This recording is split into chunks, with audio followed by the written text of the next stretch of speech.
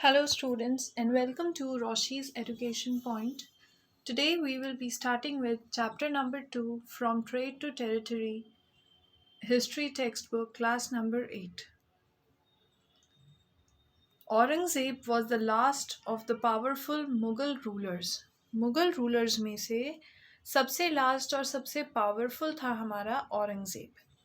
He established control over a very large part of the territory that is now known as India. अब उसने बहुत large area पे अपना control रख रखा था एंड जिस एरिया पे उसने कंट्रोल रखा था that is India. After his death in 1707 many Mughal governors and big zamindars began asserting their authority and establishing regional kingdoms. अब जब 1707 में इसकी डेथ हुई उसके बाद बहुत से जो छोटे छोटे ज़मींदार थे वो अपना अपना एरिया पे अपना अपना हक जमाना चाहते थे. As powerful regional kingdoms emerged in various parts of India, Delhi could no longer function as an effective center. पहले इंडिया का सेंटर हुआ करता था दिल्ली, जहाँ से पूरा कंट्रोलिंग का काम चलता था. जब हमारा इंडिया रीजनल हिस्सों में डिवाइड हो चुका था उसके बाद दिल्ली के पास पॉसिबल नहीं था कि वो इंडिपेंडेंटली इस पर पूरे पे कंट्रोल रख सके. By the second half of the 18th century, however, a new power was emerging on the political horizon, the British. अब मुगल की डेथ के बाद ही औरंगज़ेब की डेथ के बाद ही एक नई पावर इमर्ज हो रही थी ब्रिटिशर्स के फॉर्म में. Did you know that the British originally came as a small trading company and were reluctant to acquire territories? अब ब्रिटिशर्स स्टार्टिंग में आए थे एक स्मॉल ट्रेडिंग कंपनी खोलने के लिए, लेकिन उन्होंने आते ही एरियाज को अक्वायर करना शुरू करा था. How then did they come to be masters of a vast empire? अब ये सोचने वाली बात है कि कोई बाहर से आकर इतने बड़े एरिया पे कंट्रोल उन्होंने कैसे रख लिया. In this chapter you will see how this came about. इस चैप्टर में हम लोग वही पढ़ेंगे. Let's talk about the East India Company comes east. In 1600, the East India Company acquired a charter from the ruler of England, Queen Elizabeth I, granting it sole right to trade with the East.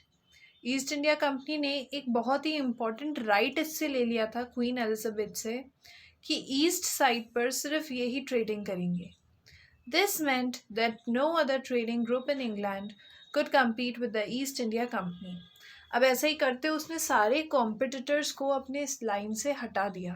कोई भी east side में trading कर ही नहीं सकता था.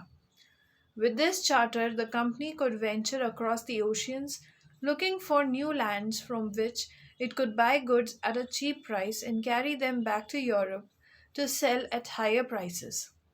अब जैसे ही ये रूल आ गया था मार्केट में, इन लोगों ने आसपास के छोटे छोटे लैंड्स ढूंढने स्टार्ट करे जहाँ से इनको सस्ता रॉ मटेरियल मिल जाता और फिर उसको ये यूरोप में हायर प्राइसेस में बेच सकते थे. The company did not have to fear competition from other English trading companies. Mercantile trading companies in those days made profit primarily by excluding competition so that they could buy cheap and sell dear. अब इनका motive ही क्या था?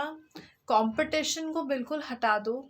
जब आप खुद अकेले रहोगे market में इजीली आप सस्ता खरीद सकते हो और उसको प्रॉफिट में हायर मार्जिन में मार्केट में बेच सकते हो. The royal charter, however, could not prevent other European powers from entering the eastern markets. अब जो रूल ये एलिजाबेथ से इसने साइन कराया था वो ज़्यादा दिन तक नहीं चला और यूरोप में भी कंपटीशन आने लग गया था ईस्टर्न मार्केट्स के लिए. By the time the first English ships sailed down the west coast of Africa, round the Cape of God Hope, and crossed the Indian Ocean, the Portuguese had already established their presence in the western coast of India and had their base in Goa. अब जब इन लोगों का ध्यान east side पे था वहीं पे Portuguese ने क्या करा, अपना वेस्टर्न कोस्ट पर अपना कंट्रोल जमा लिया, अपनी ट्रेडिंग वहाँ से इन्होंने स्टार्ट कर ली और इनका बेस होता था गोवा में. In fact, it was Vasco da Gama, a Portuguese explorer, who had discovered the sea route in India in 1498. 1498 में एक पोर्चुगीज एक्सप्लोरर ने ये पानी के द्वारा आए हुए रास्ते के बारे में बताया था. By the early 17th century, the Dutch too were exploring the possibilities of trade in the Indian Ocean. Soon the French traders arrived on the scene. अब 17th सेंचुरी आते आते तो डच लोग भी जो थे वो रेडी हो गए थे कि हम भी इंडियन ओशियन से सेलिंग करेंगे, ट्रेडिंग करेंगे.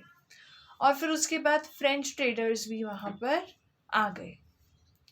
The problem was that all the companies were interested in buying the same things. The fine qualities of cotton and silk produced in India had a big market in Europe. अब जो ये अलग अलग companies आ भी रही थी वो raw materials एक ही चाहिए था उन सबको. उनकी कंट्रीज में, यूरोप में सिल्क और कॉटन का एक बहुत बड़ा मार्केट था. तो बेसिकली ये सारी कंपनीज यही प्रोडक्ट्स को मांगती थी. Pepper, cloves, cardamom and cinnamon too were in great demand. ये हमारे इंडिया के मसाले हैं तो इसकी भी बाहर बहुत डिमांड होती थी.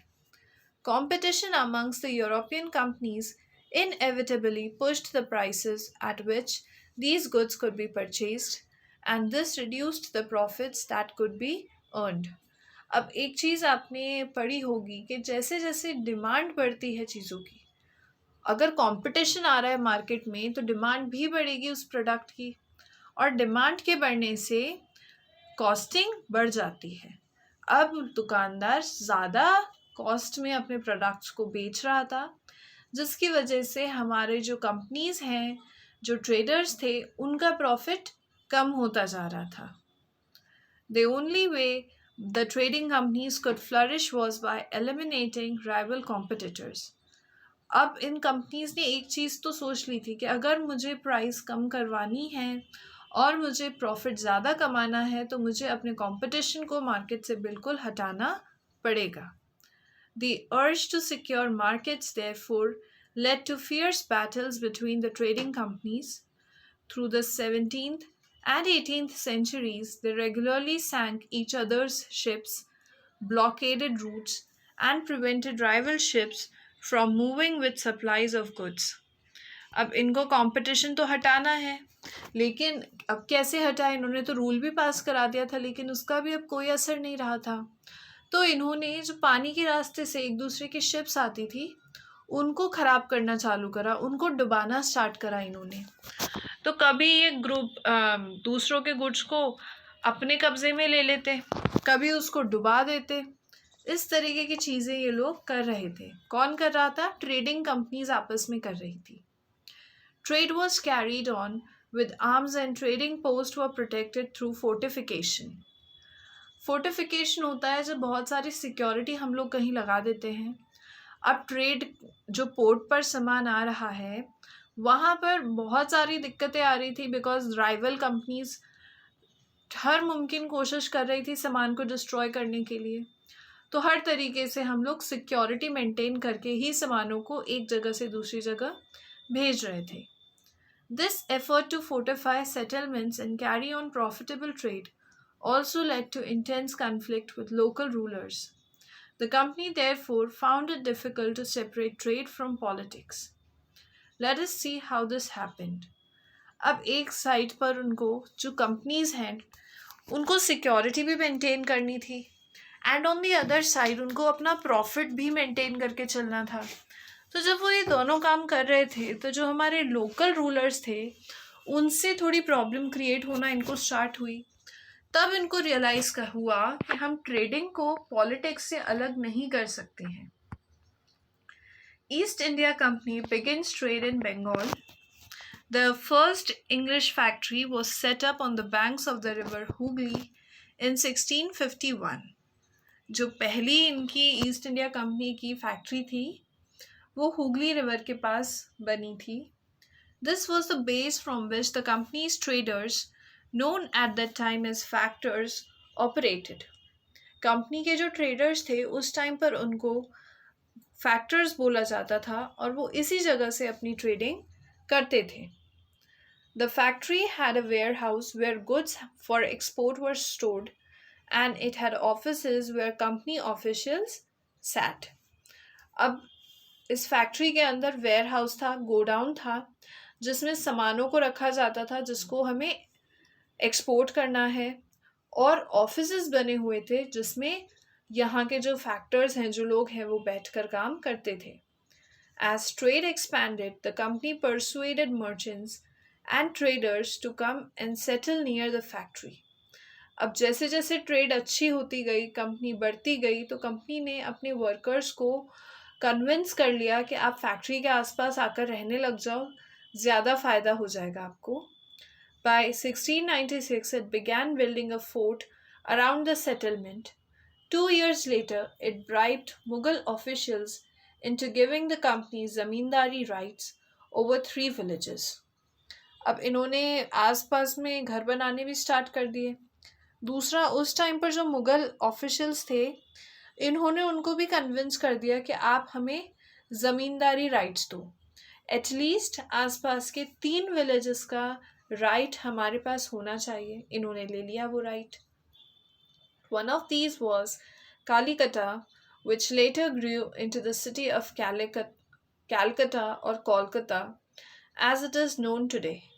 आज के टाइम पर हम कोलकाता बोलते हैं।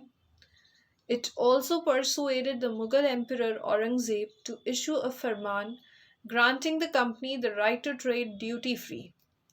अब फरमान होता है ऑर्डर, तो इन्होंने मुगल एम्परर औरंगज़ेब से एक ऑर्डर भी निकलवा दिया कि अगर कंपनी कोई प्रोडक्ट बेचेगी तो उस पर कोई टैक्स नहीं लगाया जाएगा। The company tried continuously to press more concessions and manipulate existing privileges. अब कंपनी कंटिन्यू कोशिश करती थी कि किस तरीके से उनको ज़्यादा प्रॉफिट मिल जाए या फिर रूल्स एंड रेगुलेशंस से उनको बच जाएं वो लोग। Aurangzeb's farman, for instance, had granted only the company the right to trade duty free. But officials of the company who were carrying on private trade on the side were expected to pay duty. अब औरंगजेब ने क्या फरमान दिया कि अगर आप company कुछ चीज़ बेच रही है तो वो ड्यूटी फ्री रहेगी, लेकिन अगर आप कुछ प्राइवेट ट्रेडिंग कर रहे हो, पोर्ट्स पर खुद से ट्रेडिंग कर रहे हो, तो उस पर तो आपको टैक्स देना ही पड़ेगा।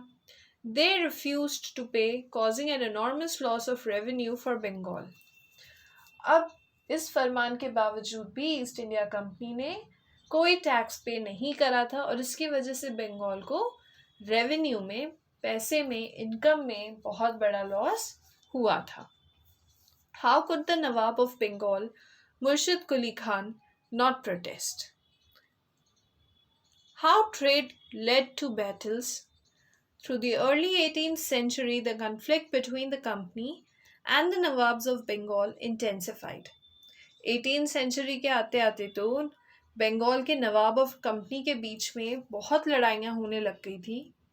After the death of Aurangzeb, the Bengal Nawabs asserted their power and autonomy as other regional powers were doing at that time.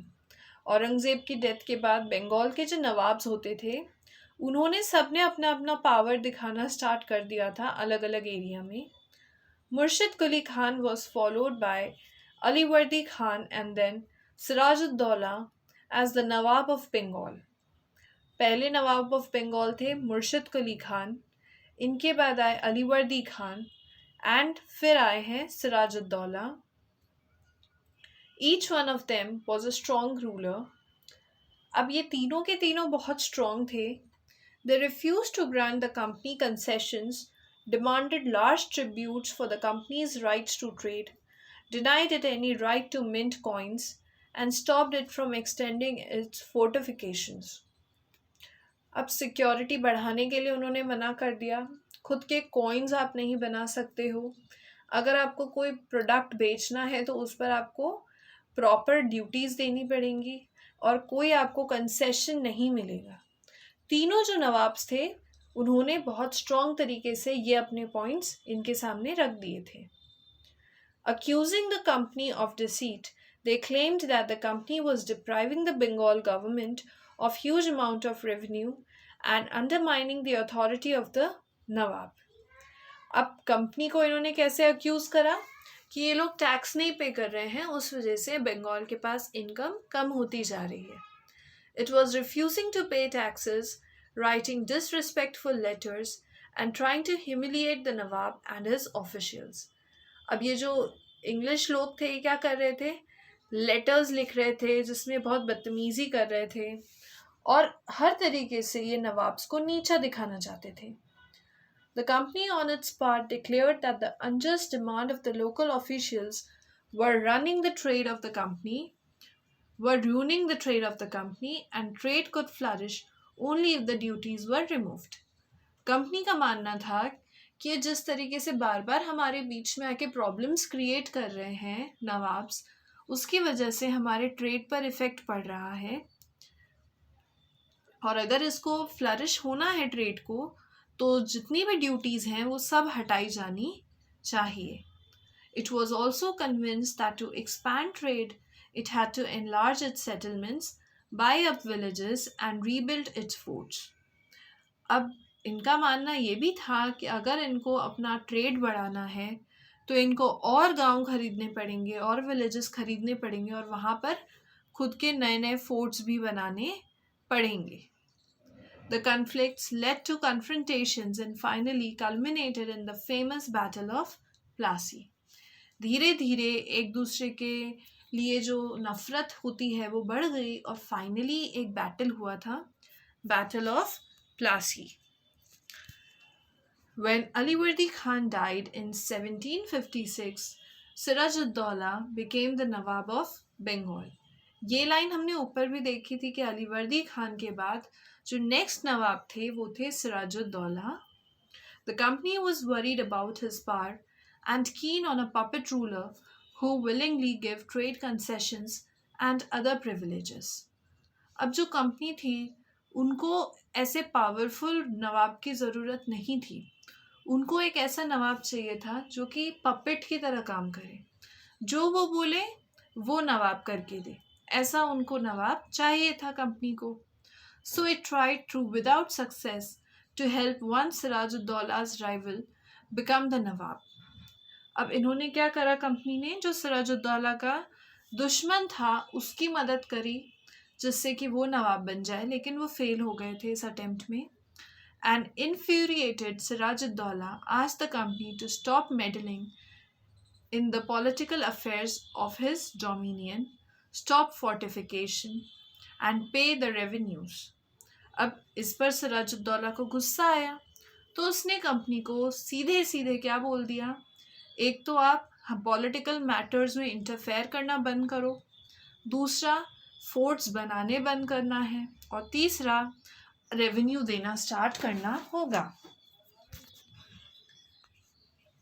After negotiations failed, the Nawab marched with 30,000 soldiers to the English factory at Qasim Bazaar, captured the company officials, locked the warehouse, disarmed all Englishmen, and blockaded English ships. अब जब ये इसने जो order दिया company ने उस order को नहीं माना तो इसने 30,000 सोल्जर्स के साथ जो इनकी फैक्ट्री थी कासिम बाज़ार में वहाँ पर अटैक करा. जितने भी ऑफिशियल्स थे उनको कब्ज़े में ले लिया, जितने भी हथियार थे वो ज़ब्त कर लिए, जो उनका वेयर हाउस था उसको लॉक कर दिया, जो शिप्स आने वाली थी या जो जा रही थी उनको भी ब्लॉक कर दिया. Then he marched to Calcutta to establish control over the company's fort there. अब हमने ऊपर एक चीज़ पढ़ी थी, कैलकटा इनका बेस हो गया था तो ये वहाँ पर भी अपना कंट्रोल करना चाह रहे थे nawabs. On hearing the news of the fall of Calcutta, company officials in Madras sent forces under the command of Robert Clive, reinforced by naval fleets. अब नवल फ्लीट्स थे कि जो सेलर्स जो शिप्स में जा रहे थे वो बचकर निकल गए थे. उन्होंने मद्रास जाके कंपनी के ऑफिशियल्स को बताया कि ऐसी ऐसी न्यूज़ है और नवाब आपकी तरफ आ रहा है. तो उस टाइम पर वहाँ का जो कमांडर था वो था रॉबर्ट क्लाइव। उन्होंने कंपनी के जो फोर्सेस होती हैं, सिक्योरिटी फोर्सेस होती हैं, उनको भेजना स्टार्ट कर दिया था। Prolonged negotiations with the Nawab followed. Finally, in 1757, Robert Clive led the company's army against Siraj-ud-Dौला at Plassey. फिर उन्होंने थोड़ा सा नेगोशिएशन करने की कोशिश करी लेकिन कोई फ़ायदा नहीं हुआ उसका। ना 1757 में फाइनली रॉबर्ट क्लाइव ने अपनी आर्मी भेजी सिराजुद्दौला के अगेंस्ट और एक लड़ाई हुई थी प्लासी में। जगह का नाम है Plassey. One of the main reasons for the defeat of the Nawab was that the forces led by Mir Zafar, one of Siraj-ud-Daula's commanders, never fought the battle. Clive had managed to secure his support by promising to make him Nawab after crushing Siraj-ud-Daula. अब नवाब इस लड़ाई में हार गया था। एक reason ये भी था उनकी लड़ाई में हारने का कि सिराजुद्दौला का एक कमांडर था मीर जाफ़र, बहुत अच्छा कमांडर था, लेकिन उसने लड़ाई की ही नहीं। जो रॉबर्ट क्लाइव था वो इतना पॉलिटिकली इतना उसमें दिमाग था कि उसने पहले ही मीर जाफ़र को ख़रीद लिया था और उसको क्या बोल के ख़रीदा था कि सिराजुद्दौला के बाद मैं तुमको नवाब बना दूंगा। The Battle of Plassey became famous because it was the first major victory the company won in India. पहली विक्ट्री थी जो कंपनी ने इंडिया में जीती थी, इसी वजह से बैटल ऑफ प्लासी बहुत ज़्यादा फेमस बैटल है। After the defeat at Plassey, Siraj-ud-Dawla was assassinated and Mir Zafar made the Nawab. The company was still unwilling to take over the responsibility of administration. Its prime objective was the expansion of trade. Sirajuddaulah को तो assassinate कर दिया था और मीर जाफ़र को नया नवाब बना दिया था, लेकिन कंपनी अभी भी थोड़ा हिचकिचा रही थी बिकॉज इसका मोटिव था ट्रेड को फैलाना, ना कि एडमिनिस्ट्रेशन को कंट्रोल करना। If this could be done without a conquest through the help of local rulers who were willing to grant privileges, then territories need not be taken over directly. Company का मानना था कि अगर जो local rulers हैं वो agree हो जाएं हमें डिस्काउंट देने पर और जो जो हम चाहते हैं अगर वो सारे उन रिक्वेस्ट को फुलफिल कर दें तो हमें डायरेक्ट कंट्रोल नहीं चाहिए। Soon the company discovered that this was rather difficult, for even the puppet nawabs were not always as helpful as the company wanted them to be. अब कंपनी ने धीरे धीरे ये डिस्कवर करा कि जिन नवाब्स को उन्होंने बैठाया था पपेट के लिए उनके साथ भी काम करना पॉसिबल नहीं हो रहा था। वो भी कभी कभी तो हेल्पफुल होते थे और कभी हेल्पफुल नहीं होते थे। After all, they had to maintain a basic appearance of dignity and sovereignty if they wanted respect from their subjects. आम जनता से अगर आपको रिस्पेक्ट चाहिए तो आपको एक ऐसी इमेज बनानी पड़ेगी जहाँ पर आप 100% अगर कंपनी का ही मोटिव फुलफिल करेंगे तो लोग आपको रिस्पेक्ट नहीं करेंगे। तो इनको दिखावे के लिए कुछ ना कुछ लोगों के लिए भी करना होता था और उसकी वजह से कंपनी को प्रॉब्लम थी। What could the company do? When Mir Zafar protested, the company deposed him and installed Mir Qasim in his place. जब मीर जाफ़र ने थोड़ा सा प्रोटेस्ट करने की कोशिश करी तो कंपनी ने उनको नवाब की पोस्ट से हटा दिया और उस जगह पर मीर कासिम को बिठा दिया। When Mir Qasim complained, he in turn was defeated in a battle fought at Buxar, driven out of Bengal, and Mir Zafar was reinstalled. अब मीर जफ़र को हटा के मीर कासिम को तो बिठा दिया, लेकिन फिर धीरे धीरे मीर कासिम ने भी कंप्लेन करना स्टार्ट किया। फिर एक बैटल हुआ था, बैटल एट बक्सार, और उसके बाद इसको मीर कासिम को बंगाल से बाहर निकाल दिया था और वापस से मीर जफ़र को ही नवाब बना दिया था। The Nawab had to pay rupees 5 lakh every month, but the company wanted more money to finance its wars and meet the demands of trade and its other expenses. अब जो नवाब था वो already 5 lakh rupees per month पे तो करता ही था, लेकिन company को और पैसा चाहिए था जिससे कि वो वॉर का और खर्चा उठा सके। It wanted more territories and more revenue. By the time Mir Zafar died in 1765, the mood of the company had changed. Having failed to work with puppet Nawabs, Clive declared, "We must indeed become Nawabs ourselves." Mir Jafar 1765 में death हो गई थी इनकी। उसके बाद company का mood ही change हो गया। कंपनी ने सोचा वैसे भी हमें पपेट नवाब्स के साथ भी डील करने में प्रॉब्लम होती है, तो हम खुद ही नवाब क्यों नहीं बन जाते। Finally, in 1765, the Mughal emperor appointed the company as the Diwan of the provinces of Bengal. Mughal emperors ने फाइनली कंपनी को ही दीवान बना दिया था बंगाल का। The Diwani allowed the company to use the vast revenue resources of Bengal. This solved a major problem that the company had earlier faced. अब दीवानी से उनकी बहुत सी कंपनी की जो फाइनेंशियल प्रॉब्लम थी वो सॉल्व होने लग गई थी। From the early 18th century, its trade with India had expanded, but it had to buy most of the goods in India, with gold and silver imported from Britain. This was because at this time Britain had no goods to sell in India. The outflow of gold from Britain slowed after the Battle of Plassey and entirely stopped after the assumption of Diwani. अब इनको अगर India में goods को खरीदना होता था तो इनको ब्रिटेन से गोल्ड या सिल्वर मंगवाना पड़ता था। बैटल ऑफ प्लासी के बाद गोल्ड एंड सिल्वर का फ्लो वैसे भी कम हो गया था, एंड जब से दीवानी का आया था सिस्टम तब से तो बिल्कुल ही स्टॉप हो चुका था। Now revenues from India could finance company expenses. These revenues could be used to purchase cotton and silk textiles in India, maintain the company troops, and meet the cost of building the company fort and offices at Calcutta. India को जो revenue मिलता उससे company अपने खर्चे पूरे करती थी, cotton and textiles मंगवाती थी, सिल्क टेक्सटाइल्स, कंपनी के लोगों का घर भी चला देती थी, कंपनी की बिल्डिंग्स और ऑफिसेज भी बनाने का काम कर देती थी। Company officials become nabobs. What did it means to be nawabs? It means, of course, that the company acquired more power and authority. अब नवाब बनना क्या होता है? सिंपल सा मतलब तो ये है कि ज़्यादा पावर और ज़्यादा अथॉरिटी आपको मिल जाएगी। But it also meant something else. Each company servant began to have visions of living like nawabs. अब धीरे धीरे क्या हुआ, जितने भी कंपनी के ऑफिशियल्स थे सबको अट्रैक्ट होने लग गए कि हम भी नवाब बनेंगे। सब इस चीज़ के सपने देखने लग गए थे।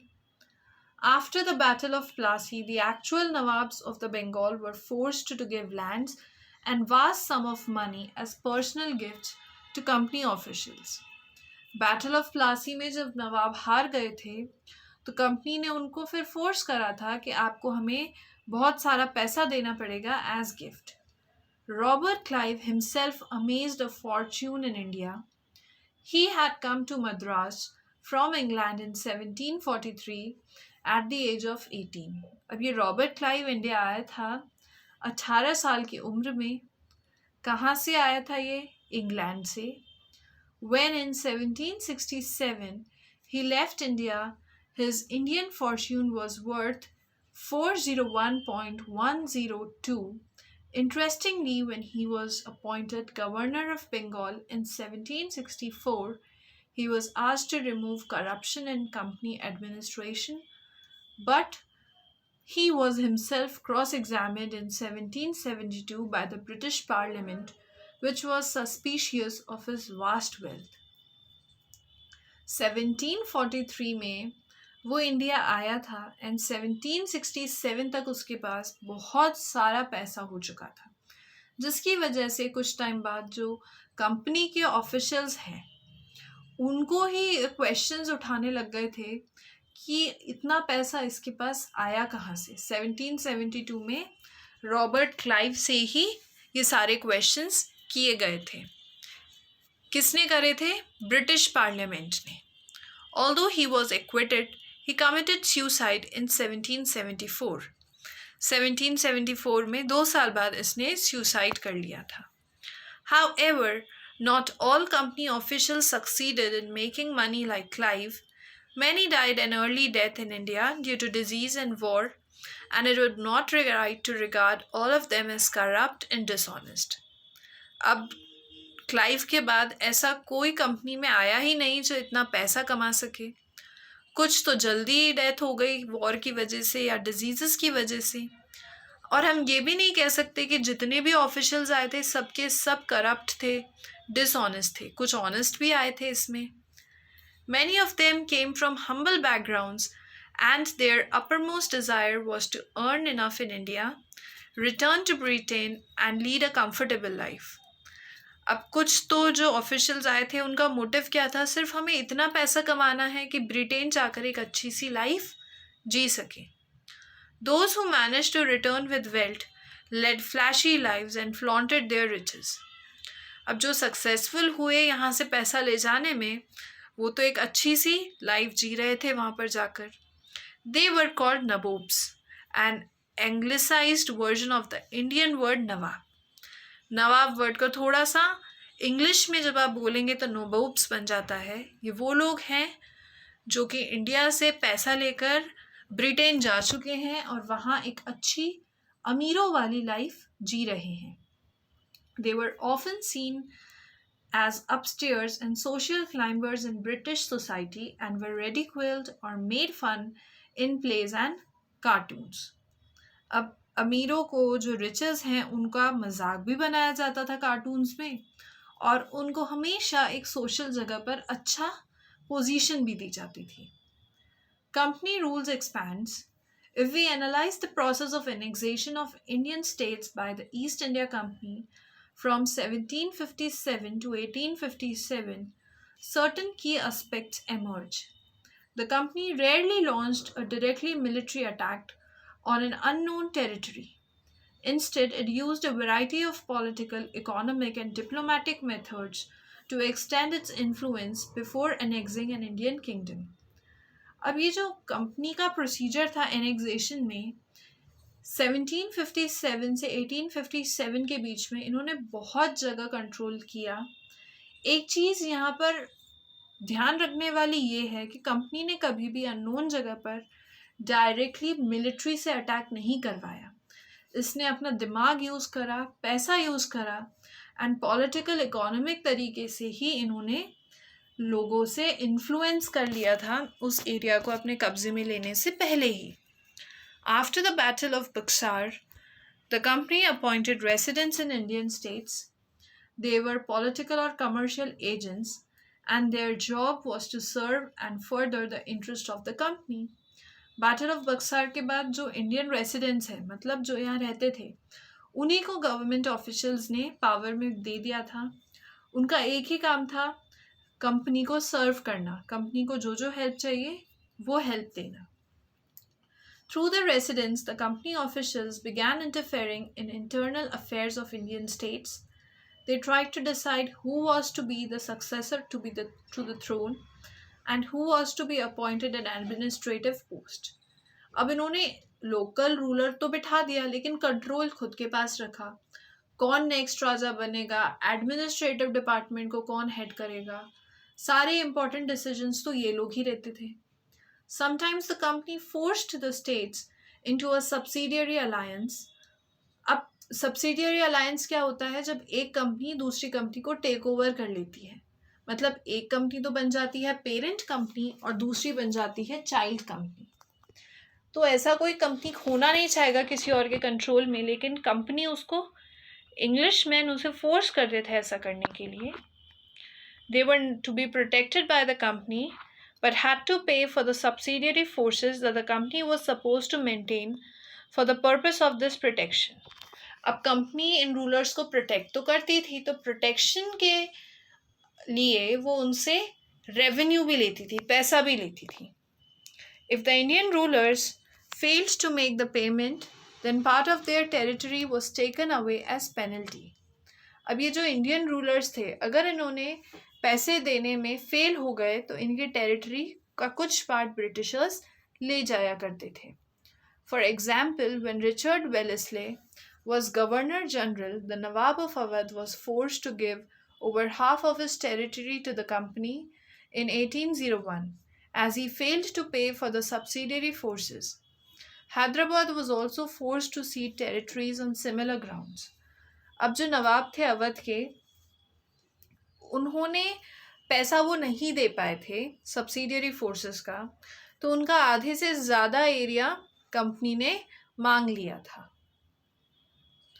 Tipu Sultan, the Tiger of Mysore. The company resorted to direct military confrontation when it saw a threat to its political economic interest. This can be illustrated with the case of the southern Indian state of Mysore.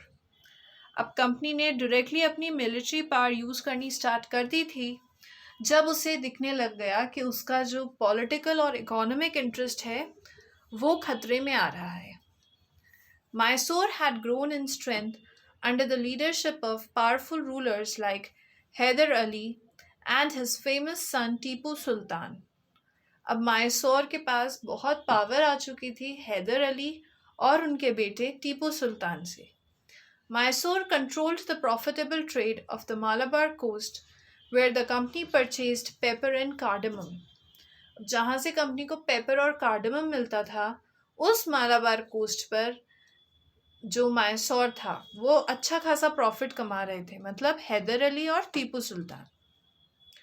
In 1785, Tipu Sultan stopped the export of sandalwood, pepper, and cardamom through the ports of his kingdom and disallowed local merchants from trading with the company. 1785 ने टीपू सुल्तान ने मना कर दिया था local लोगों को कि आप सैंडलवुड, पेपर और कार्डमम कंपनी को नहीं बेचोगे. He also established a close relationship with the French in India and modernized his army with their help. इसने फ्रेंच के साथ फ्रेंडशिप करी और अपनी इंडियन आर्मी को भी मॉडर्नाइज कर दिया. The British were furious.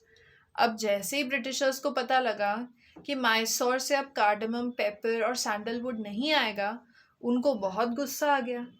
They saw Haidar and Tipu as ambitious, arrogant and dangerous rulers who had to be controlled and crushed.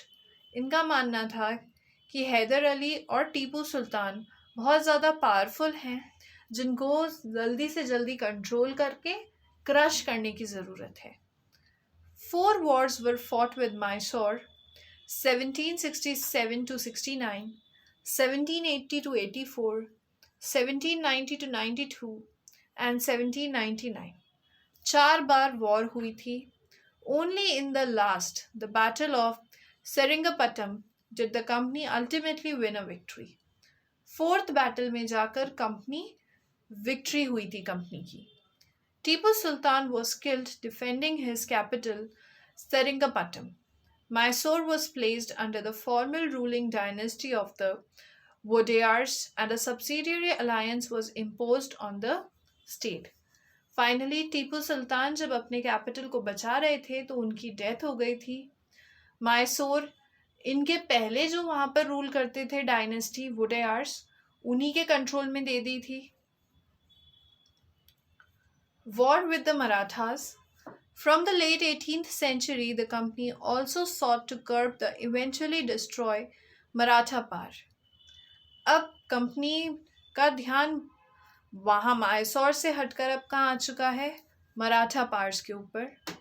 With their defeat in the Third Battle of Panipat in 1761, the Marathas' dream of ruling from Delhi was shattered. अब जो third battle of Panipat हुआ था उसमें मराठास हार गए थे, तो जो इनका ड्रीम था कि दिल्ली पर हमें कंट्रोल करना है वो बिल्कुल बिखर चुका था. They were divided into many states under different chiefs belonging to dynasties such as Sindhya, Holkar, Gaikwad and Bhonsle. Marathas के जो किंगडम था उनको अलग अलग छोटे छोटे स्टेट में डिवाइड कर दिया था. These chiefs were held together in a confederacy under a Peshwa, who became its effective military and administrative head based in Pune. अब पुणे में रहता था ये पेशवा जो फाइनली कंट्रोल करता था इन सारी डायनेस्टीज के ऊपर. Mahatji Scindia and Nana Padnis were two famous Maratha soldiers and statesmen of the late 18th century. ये दोनों फेमस वहाँ के सोल्जर्स हुआ करते थे उस टाइम के. The Marathas were subdued in a series of wars. In the first war that ended in 1782 with the Treaty of Salbai, there was no clear victor. अब जो ये पहली लड़ाई हुई थी तो इसके बाद बनी थी ट्रीटी ऑफ सलबाई और इसमें कोई पर्टिकुलर ऐसा नहीं था दोनों साइड में. हमें पता ही नहीं लगा कि ये बैटल किसने जीता.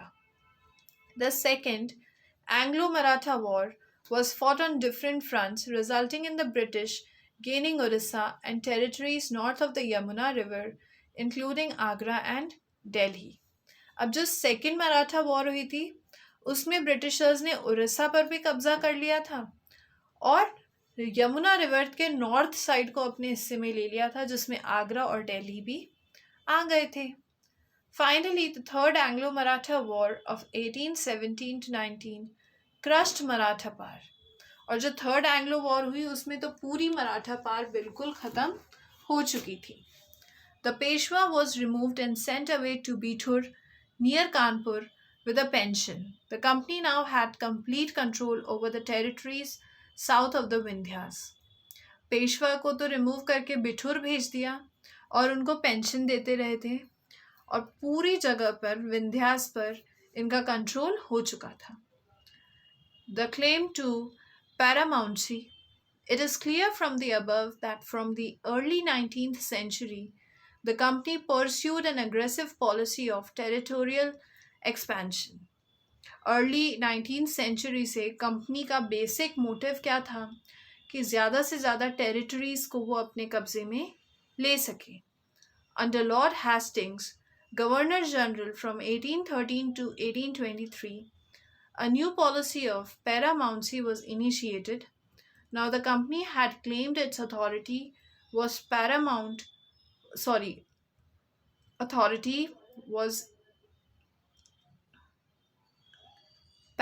or supreme in order, hence its power was greater than that of Indian states.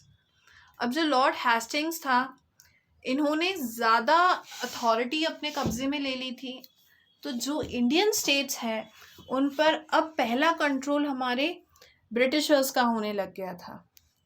In order to protect its interest, it was justified in annexing or threatening to annex any Indian kingdom. This view continued to guide later British policies as well. अब अगर कोई इनकी बात नहीं मानता था protest करता था तो वो उनको कैसे डरा देते थे कि हम आपके किंगडम को भी अपने कब्जे में ले लेंगे. तो इस वजह से ये बहुत सी अपने पॉलिसीज़ को फुलफिल करवा लेते थे. This process, however, did not go unchallenged. For example, when the British tried to annex the small state of Kittur in Karnataka today, Rani Channamma took to arms and led an anti-British resistance movement. अब ऐसा नहीं है कि इनको बीच में कोई problems नहीं आई. जब कंपनी एक छोटे से एरिया को अपने कब्जे में ले रही थी किटूर तो वहाँ की रानी थी छन्नम्मा, उन्होंने इनके अगेंस्ट लड़ाई करनी स्टार्ट कर दी थी. She was arrested in 1824 and died in prison in 1829. 1824 में उनको अरेस्ट करा और जेल के अंदर ही 1829 में उनकी डेथ हो गई थी. But Raina, a poor चौकीदार of Sangoli in Kittur, carried on the resistance. अब भले ही रानी की डेथ हो गई थी लेकिन जो चौकीदार थी वहाँ की गरीब चौकीदार थी उसने ये रेजिस्टेंस चालू रखा. With popular support, he destroyed many British camps and records. He was caught and hanged by the British in 1830. 1830 में ये भी पकड़ी गई और फिर इसको भी हैंग कर दिया गया था, मार दिया गया. You will read more about several cases of resistance later in the book. ऐसे ही और भी केसेस हैं जो हम इस बुक में आगे रीड करेंगे. In the late 1830s, the East India Company became worried about Russia. अब लेट 1830s में ईस्ट इंडिया कंपनी वरीड हो चुकी थी, मतलब वो टेंशन लेने लग गई थी रशिया के लिए. It imagined that Russia might expand across Asia and enter India from the northwest. अब उनका डर क्या था कि रशिया ने अगर अपना किंगडम एक्सपैंड कर लिया और उन्होंने कंट्रोल स्टार्ट कर दिया इंडिया पर, तो क्या होगा? Driven by this fear, the British now wanted to secure their control over the Northwest. अब ब्रिटिशर्स चाहते थे, ये डर जो चल रहा था उनके दिमाग में, इस वजह से ब्रिटिशर्स चाहते थे कि नॉर्थ वेस्ट में भी हमें अपना कंट्रोल लगाना ही पड़ेगा, कंट्रोल पूरा. They fought a prolonged war with Afghanistan between 1838 and 1842 and established indirect company rule there. अब अफगानिस्तान के साथ इन्होंने वॉर तो किया, लेकिन फिर इन्होंने डायरेक्ट कंट्रोल की जगह इनडायरेक्ट रूल वहाँ पर अपना इस्टेब्लिश कर दिया था. Sindh was taken over in 1843. Next in line was Punjab. अब सिंध तो इन्होंने कब्जे में ले लिया था 1843 में. इसके बाद नेक्स्ट नंबर पे था Punjab. But the presence of Maharaja Ranjit Singh held back the company.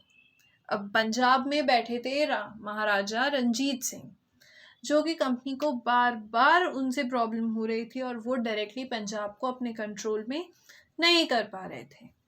After his death in 1839, 2 prolonged wars were fought with the Sikh kingdom. Ultimately in 1849 Punjab was annexed. अब जब तक महाराजा रंजीत सिंह थे, जब तक तो कंपनी का कोई ऑफिशियल पंजाब में नहीं आ पाया, लेकिन उनकी डेथ के बाद 2 बार वॉर हुई और फाइनली सिख किंगडम भी ब्रिटिशर्स के कंट्रोल में आ गया था 1849 में. The doctrine of lapse. The final wave of annexations occurred under Lord Dalhousie, who was the Governor General from 1848 to 1856. अब जो ये बहुत ज़्यादा जितने annexations हुए थे, ये लॉर्ड डलहाउसी के टाइम पर हुए थे. He devised a policy that came to be known as the doctrine of lapse. अब इसने एक पॉलिसी बनाई जिसका नाम था doctrine of lapse. The doctrine declared that if an Indian ruler died without a male heir, his kingdom would lapse, that is, become part of the company territory.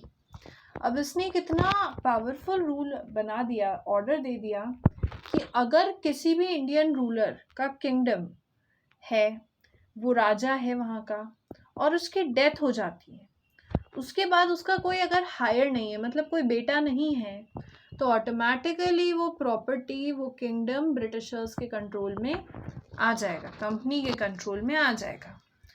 One kingdom after another was annexed simply by applying this doctrine. Satara, Sambalpur, Udaipur, Nagpur and Jhansi. ये एक order लगाने के बाद उन्होंने धीरे धीरे बहुत से एरियाज को अपने कंट्रोल में लेना स्टार्ट कर दिया था without war. Finally, in 1856, the company also took over Awadh.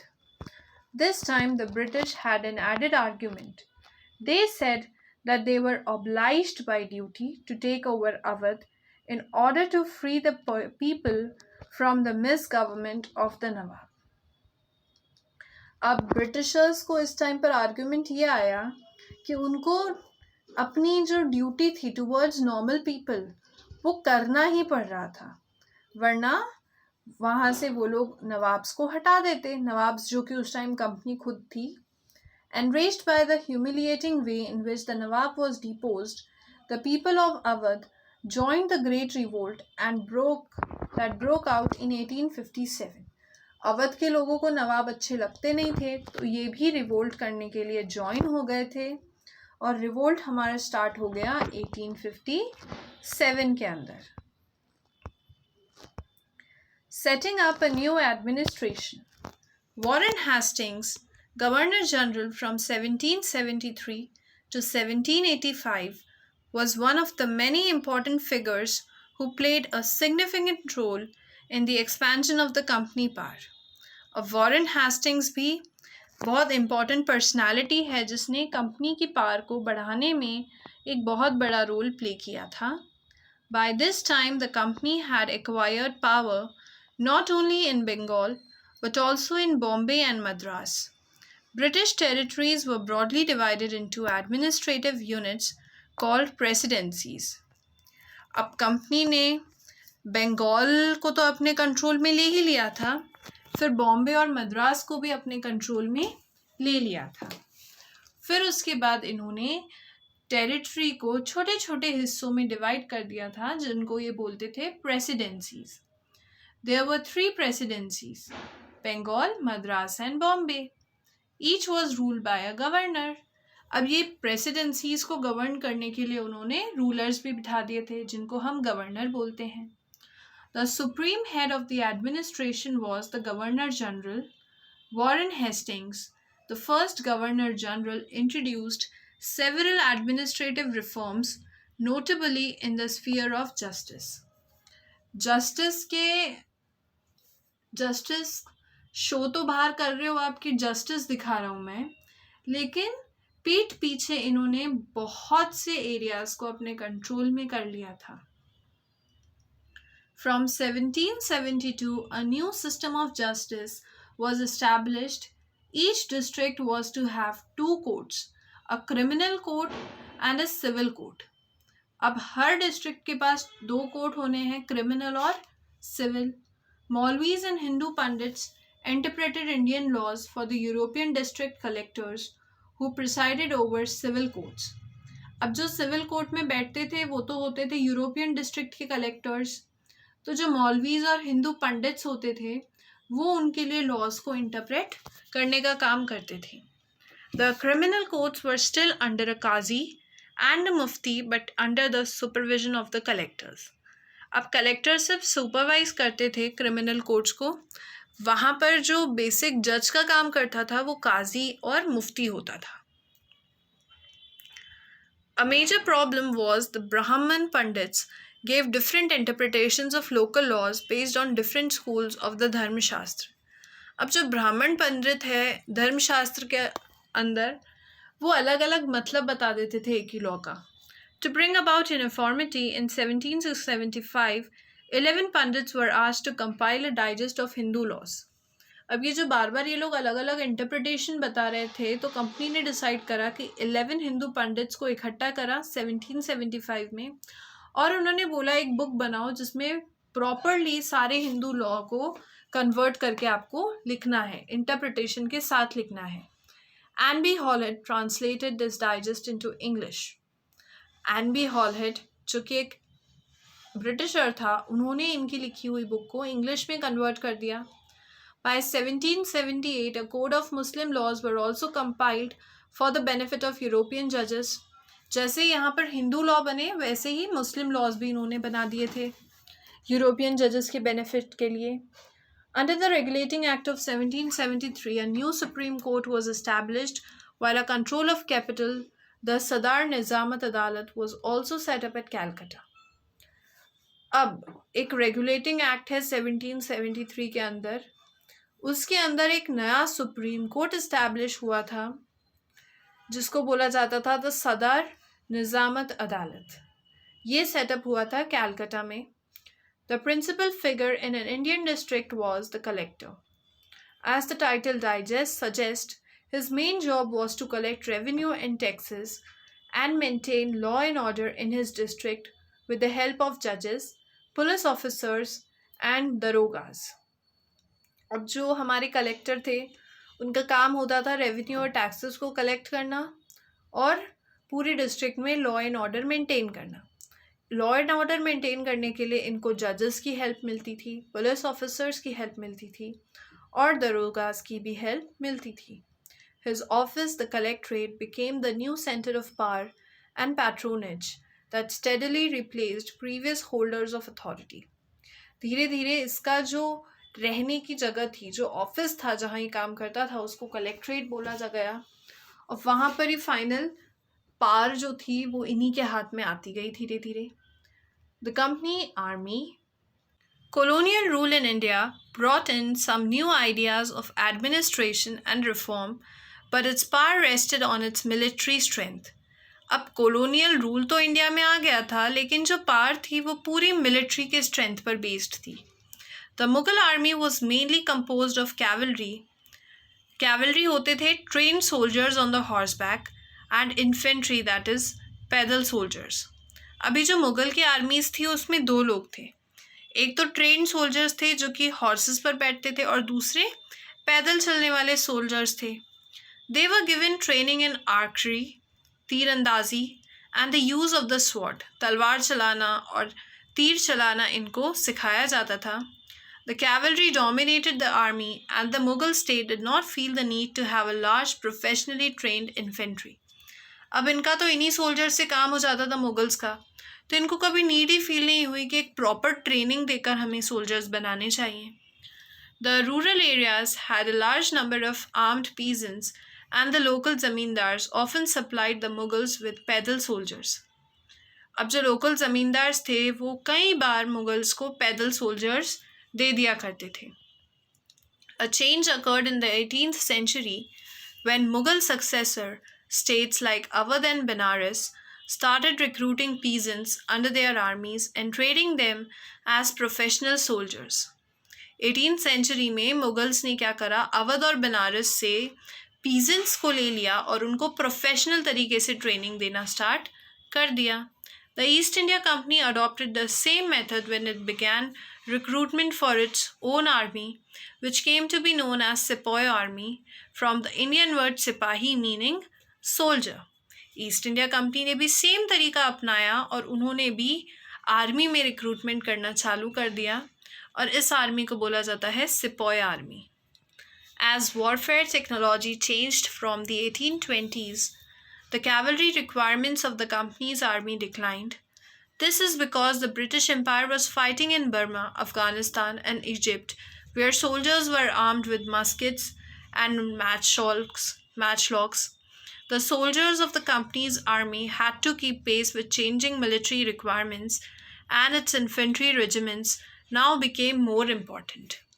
Muskets का मतलब होता है heavy guns, and matchlock का मतलब होता है एक ऐसी गन जिसमें पाउडर जला होता था और उस पाउडर को हमें माचिस की तीली की मदद से जलाना पड़ता था.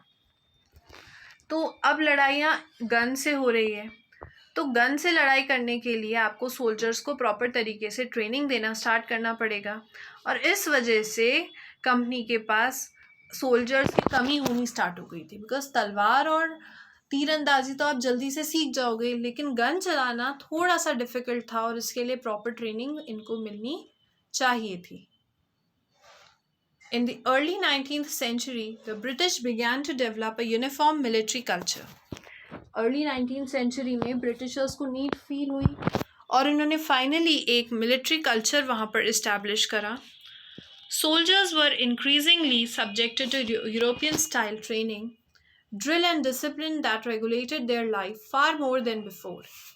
अब इनको प्रॉपर ट्रेनिंग दी जाती थी, यूरोपियन स्टाइल में डिसिप्लिन दिया जाता था और ये पहले से ज़्यादा अच्छे से इनको ट्रेनिंग प्रोवाइड हो रही थी यहाँ पर. Often this created problems since caste and community feelings were ignored to building a force of professional soldiers. अब जब आप एक प्रोफेशनल सोल्जर्स का ग्रुप बनाने जा रहे हो तो एक पर्टिकुलर कम्युनिटी या कास्ट पर हम ध्यान नहीं देते और वो इग्नोर हो जाती है हमसे. Could individuals so easily give up their caste and religious feelings? अब क्वेश्चन ये उठता है, क्या इंडिविजुअल अपना कास्ट और अपनी रिलीजियस जो फीलिंग्स उसके अंदर होती है इतनी जल्दी वो उसको छोड़ सकता है क्या? Could they see themselves only as soldiers and not as members of community? क्या ऐसा हो सकता है कि वो एक दूसरे को बेस्ड ऑन रिलीजन नहीं देखे बल्कि एज सोल्जर्स ही देखें? What did the sepoys feel? How did they react to the changes in their lives and their identity? That is, their sense of who they were. The revolt of 1857 gives us a glimpse unto the world of the sepoys. You will read about this revolt in chapter number 5. अब जब सिपाहीज बहुत बुरा feel करते थे या फिर जो भी फील करते थे वो कैसे जीते थे, क्या सोचते थे, इन सब के बारे में हमें चैप्टर नंबर 5 में डिटेल में मेंशन्ड है. क्या रिवोल्ट उस टाइम पर हुए थे 1857 में, उन सब के बारे में हमें चैप्टर नंबर 5 में बताया गया है. Conclusion. Thus the East India Company was transformed from a trading company to a territorial colonial power. East India company जो कि ट्रेडिंग करने आई थी इंडिया में, उसने कॉलोनियल पावर में कन्वर्ट हो चुकी थी. Arrival of new steam technology in the early 19th century also added this process. इनके पास टीम टेक्नोलॉजी भी आ गई थी बाद में, जिन्होंने इनको और थोड़ा हेल्प कर दिया प्रोसेस प्रोग्रेस करने के लिए। Till then it would take anywhere between 6 and 8 months to travel India by sea. अब जैसे ही स्टीम टेक्नोलॉजी आई तो सी के रूट से ट्रैवल इनको एक जगह से दूसरी जगह करने में मुश्किल से 6 to 8 months के बीच में लगता था पहले के टाइम पर। और अब स्टीम शिप्स के आने के बाद it reduce the journey time to 3 weeks, enabling more. 3 हफ्ते तक इन्होंने इसको रिड्यूस कर दिया, सिर्फ 3 हफ्ते लगते थे अब इनको ट्रैवल करने में। Britishers and their families to come to a far off country like India. By 1857, the company came to exercise direct rule over about 63% of the territory and 78% of the population of the Indian subcontinent. 1857 तक company ने अपना area wise तो direct control बना लिया था 63% में, और population 78% इनके कंट्रोल में हो चुकी थी। Combined with its indirect influence on the remaining territory and population of the country, the East India Company had virtually the whole of India under its control. अब जब 78% तो आपके कंट्रोल में है तो बचा हुआ 22% पर भी इनडायरेक्ट कंट्रोल इनका होता ही था, और एक तरह से हम बोल सकते हैं कि पूरे इंडिया पर ही इनका कंट्रोल हो चुका था। So this was about your chapter number 2 of history textbook class number 8.